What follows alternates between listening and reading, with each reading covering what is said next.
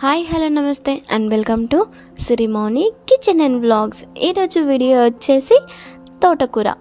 అవునండి, చాలా ఈజీగా క్విక్గా అండ్ చాలా టేస్టీగా ఉంటుంది. చాలా ఈజీ ప్రాసెస్ అండి. ఇప్పుడు స్కూల్స్ స్టార్ట్ అయినాయి కదా, సో వాళ్ళ కోసం ఈజీగా అండ్ హెల్తీ కూడా. చాలా మందికి తెలియదు ఈ తోటకూర గురించి, కానీ చాలా అంటే చాలా హెల్తీ అండి ఇది.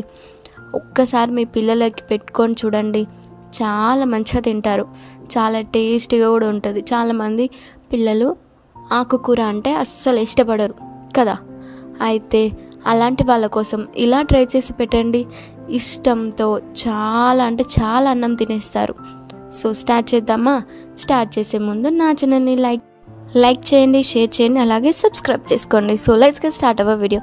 ఇలా తోటకూరని ఇలా మంచిగా చిన్నగా కట్ చేసుకొని వాటర్లో వేసి బాగా కడగండి అండి.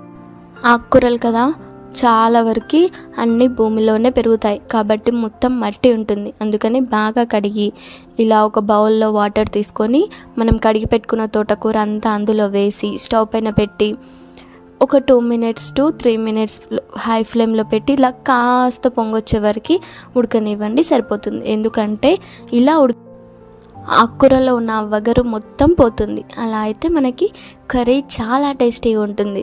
సో ఇది పక్కన పెట్టేయండి. ఇప్పుడు స్టవ్ పైన ఒక కడాయి పెట్టుకొని అందులో 2 tablespoons ఆయిల్ వేయండి. ఆయిల్ వేసాక కాస్త జీలకర్ర ఆవాలు ఒక 1 spoon అంతా వేయండి. కొంచెం జీలకర్ర, కొన్ని ఆవాలు వేసాక అవి కాస్త చిటపటలాడుతున్నప్పుడు 2-3 వెల్లుల్లి రెబ్బలని ఇలా దంచి వేసుకోండి. అవి కూడా కాస్త రెడ్ కలర్ మారాక ఉల్లిపాయలన్నీ వేసి ఇలా పొడవుగానే కట్ చేసుకోవాలి, గుర్తుంచుకోండి. ఇలా పొడవుగా పెద్దవైతే 5 కట్ చేసుకోండి, చిన్నవైతే 6 వరకే కట్ చేసుకోండి. ఇలా కట్ చేసుకున్న వాటిలో నూనెలో వేసి కొంచెం అంటే కొంచెం ఉప్పు వేయండి. కాస్త తొందరగా వేగుతాయి, అలాగే మెత్త కూడా పడుతుంటాయి. సో క్యాప్ మూసి మధ్య మధ్యలో కలుపుకుంటూ మంచి గోల్డెన్ బ్రౌన్ కలర్ వచ్చే వరకు బాగా వేయించండి. చూసారా, కలర్ మారుతుంది కదా. ఇలా కలర్ మారినాక కొంచెం పసుపు, కొంచెం అల్లం వెల్లిపాయ పేస్ట్ వేసి మంచిగా అల్లం వెల్లిపాయ పేస్ట్లో ఉన్న పచ్చివాసన అంతా పోయే వరకు మంచిగా కలుపుకోండి.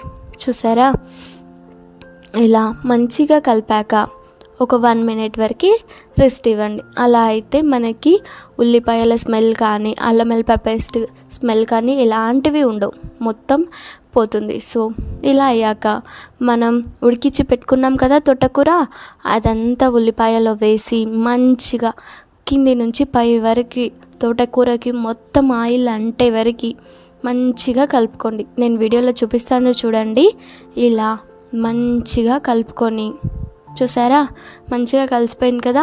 ఇప్పుడు దీనిపైన ఒక క్యాప్ మూసేసి ఒక 2 minutes వరకు లో ఫ్లేమ్లో పెట్టి ఉడకనివ్వండి.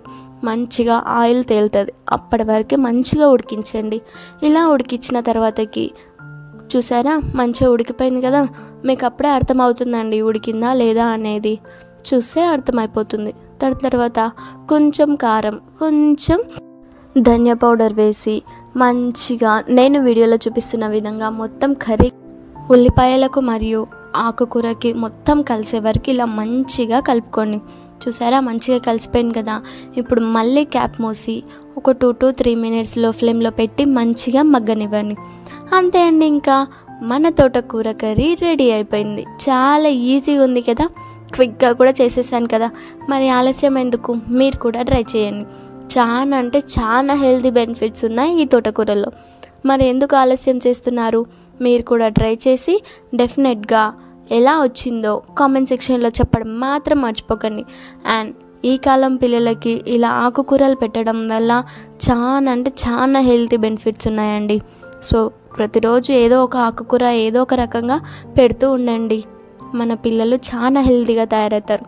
సో అంతే అండి ఈ వీడియో. ఇంకా మీరు కూడా ట్రై చేసి నాకు కామెంట్ సెక్షన్లో చెప్పండి. అలాగే ఈ వీడియో నచ్చినట్లయితే మీకు లైక్ చేయండి, షేర్ చేయండి, అలాగే నా ఛానల్ని సబ్స్క్రైబ్ చేసుకోండి. ఫస్ట్ టైం నా వీడియో చూస్తున్నట్లయితే ఒక్కసారి నా ఛానల్ని విజిట్ చేసి అన్ని వీడియోస్ చూసేయండి. Thank you, bye.